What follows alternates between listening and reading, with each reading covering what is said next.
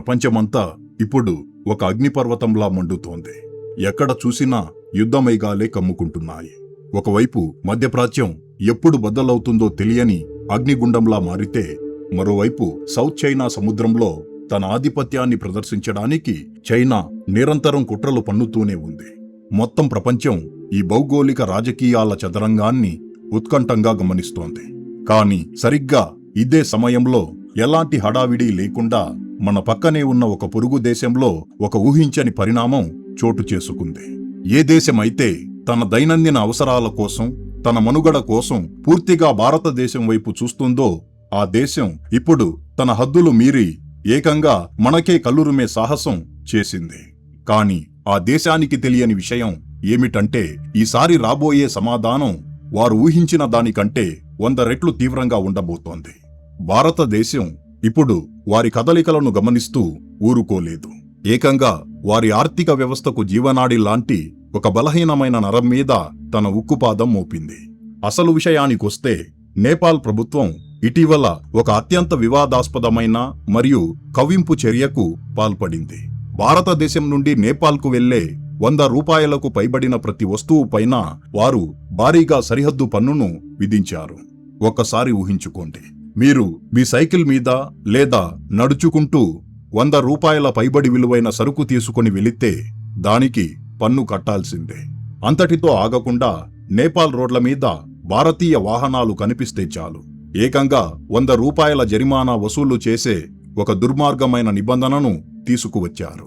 ఇది కేవలం ఒక పన్ను మాత్రమే కాదు, దశాబ్దాలుగా భారతదేశం చూపిస్తున్న పెద్దరికానికి, పంచుతున్న స్నేహానికి జరిగిన ఘోరమైన అవమానం. మన దేశమిస్తున్న విద్యుత్, మనం పంపుతున్న ధాన్యం మరియు ఇంధనం మీద ఆధారపడి శ్వాస తీసుకుంటున్న నేపాల్ ఈరోజు తన అన్నదాతకే సవాలు విసిరే స్థాయికి బరితెగించింది. బహుశా నేపాల్ నాయకులు ఏమనుకున్నారంటే, గతంలో లాగానే భారతదేశం ఈసారి కూడా పెద్దన్న పాత్ర పోషిస్తూ ఈ చిన్న తప్పును చూసి చూడనట్లు వదిలేస్తుందని. కాని ఇక్కడ వారు ఒక చేదు వాస్తవాన్ని మర్చిపోయారు. ఇది 2026. భౌగోళిక రాజకీయాల్లో మరియు జాతీయ భద్రత విషయంలో భారతదేశం తన విధానాలను పూర్తిగా మార్చుకుంది. ఈసారి మన వైపు నుంచి ఎలాంటి పెద్ద అరుపులు లేవు, మీడియా ముందు హడావిడి చేస్తూ ప్రెస్ కాన్ఫరెన్స్లు లేవు. అత్యంత నిశ్శబ్దంగా ఒకే ఒక్క ఫైల్ మీద పడిన సంతకం ఇప్పుడు కాఠ్మాండు వీధుల నుండి నేపాల్ తేయాకు తోటల వరకు ఊహించని ఆహాకారాన్ని సృష్టిస్తోంది. అదే తేయాకు దిగుమతుల కొత్త నిబంధన. మే 1వ తేదీ నేపాల్ ఆర్థిక చరిత్రలోనే ఒక చీకటి రోజుగా లిఖించబడబోతోంది. భారతదేశం వారి అతిపెద్ద ఎగుమతి రంగమైన తేయాకుతో ఒక సంచలనమైన మైండ్ గేమ్ ఆడింది. ఈ దెబ్బతో నేపాల్ ఎగుమతిదారుల నిద్ర పూర్తిగా చెదిరిపోయింది.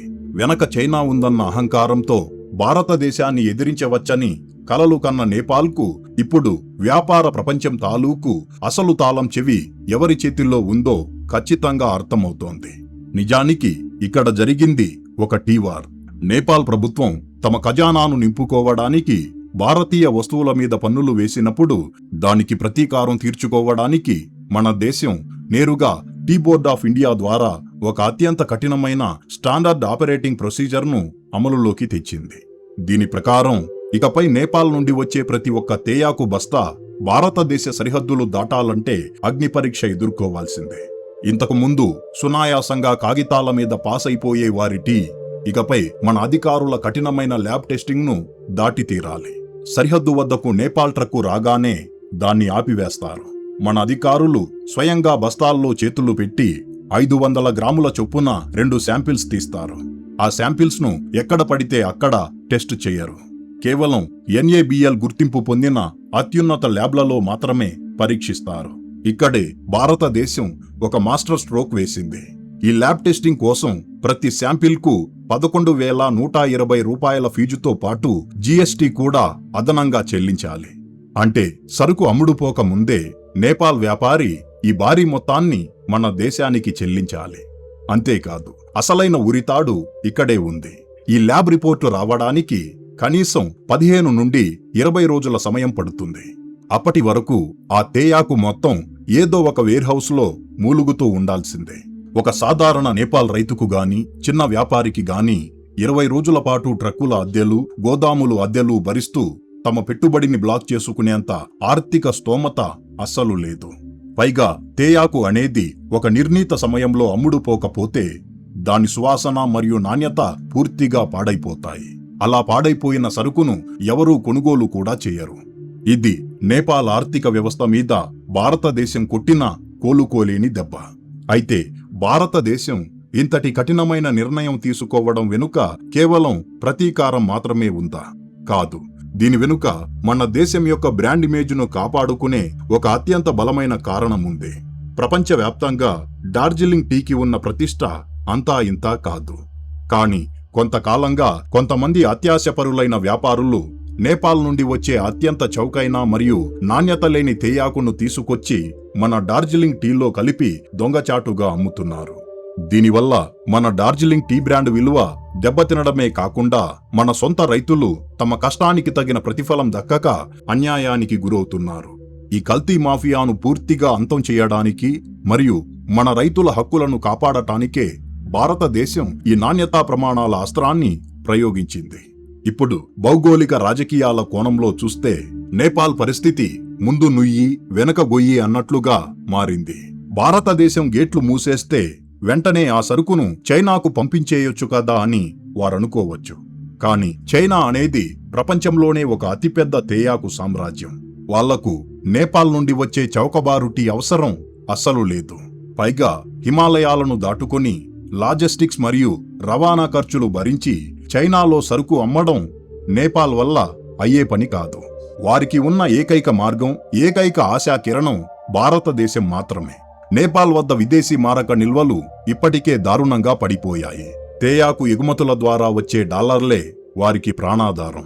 ఇప్పుడు ఆదారి కూడా మూసుకుపోతే శ్రీలంక మరియు పాకిస్తాన్ లాగా వారు కూడా తీవ్రమైన ఆర్థిక సంక్షోభంలో కూరుకుపోవడం ఖాయం. ఈ మొత్తం వ్యవహారం ప్రపంచ దేశాలకు ఒక స్పష్టమైన మరియు కఠినమైన సందేశాన్ని పంపుతోంది. మన మార్కెట్ పరిమాణాన్ని ఇప్పుడు ఒక వ్యూహాత్మక ఆయుధంగా ఎలా వాడుకోవాలో భారతదేశం పక్కాగా నేర్చుకుంది. ఎవరైతే మనతో స్నేహంగా మెలుగుతారో వారు లాభపడతారు. కానీ ఎవరైతే మన మంచితనాన్ని బలహీనతగా భావించి మనకు వెన్నుపోటు పొడవాలని చూస్తారో వారికి మన మార్కెట్ తలుపులు శాశ్వతంగా మూసుకుపోతాయి.